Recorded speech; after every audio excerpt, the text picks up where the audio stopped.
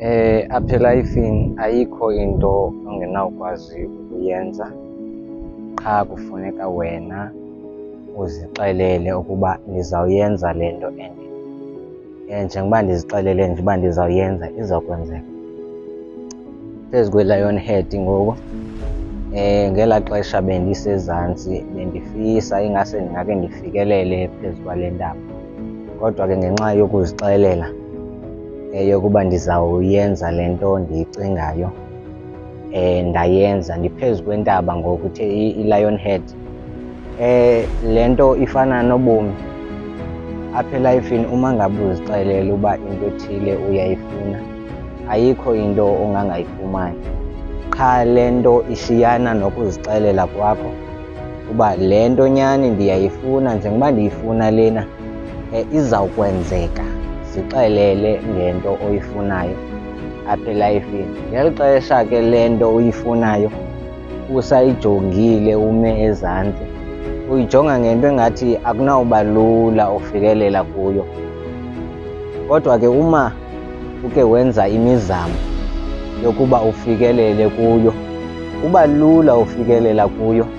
And ke akubikho lula apha endleleni, because ke ndaqaphela nangokunyukwayo ubone mhlawumbi utyibilika, ubone usithini, uqonda uba ngoku ingase ndingakhwitha. But indlela inobude, and njengoba indlela inobude nje ebheke empumelelweni iba nee-challenges ezithile ezi zingakwenza ukuba uendaphe sowungasayigqibi loo nto ubuyifisa or loo mpumelelo ubusiya kuyo.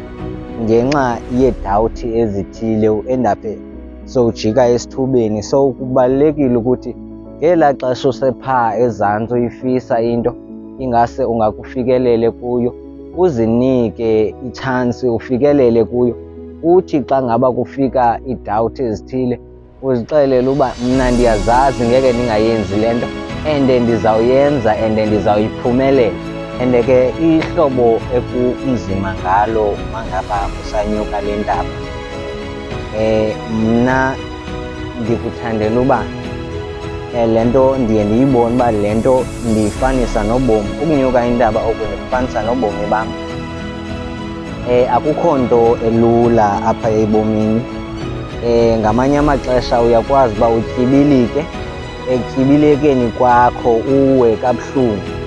Njengoba uwe kabuhlungu nje kokutyibileka kwakho, sukugiva-apha, vuka uvuthulule uqhubeke nohambo lakho. Indlela ebheke empumelelweni yonke ayilulanga. Elula ene-shortcut uboyazi ukuba ikhona into ezawulandela emveni kwayo ukuba uphumelele. Indlela yonke ebheke empumelelweni ayilulanga. Kubalulekile ke nalapha ebomini umane uzinika ii-challenges ezithile, because mna apha kum ukunyuka intaba ubomi bam abukhange bube lula, and ndizawuyihamba le ndlela ndide ndiyofika apho ndiya khona. Apho ndiya khona ke ndiya kwaMphumelelo, because ondijongileyo olapha ezantsi ngoku angatsho athi andinawufika kulaa ndawo usakhe sonke xiva ame kuyo.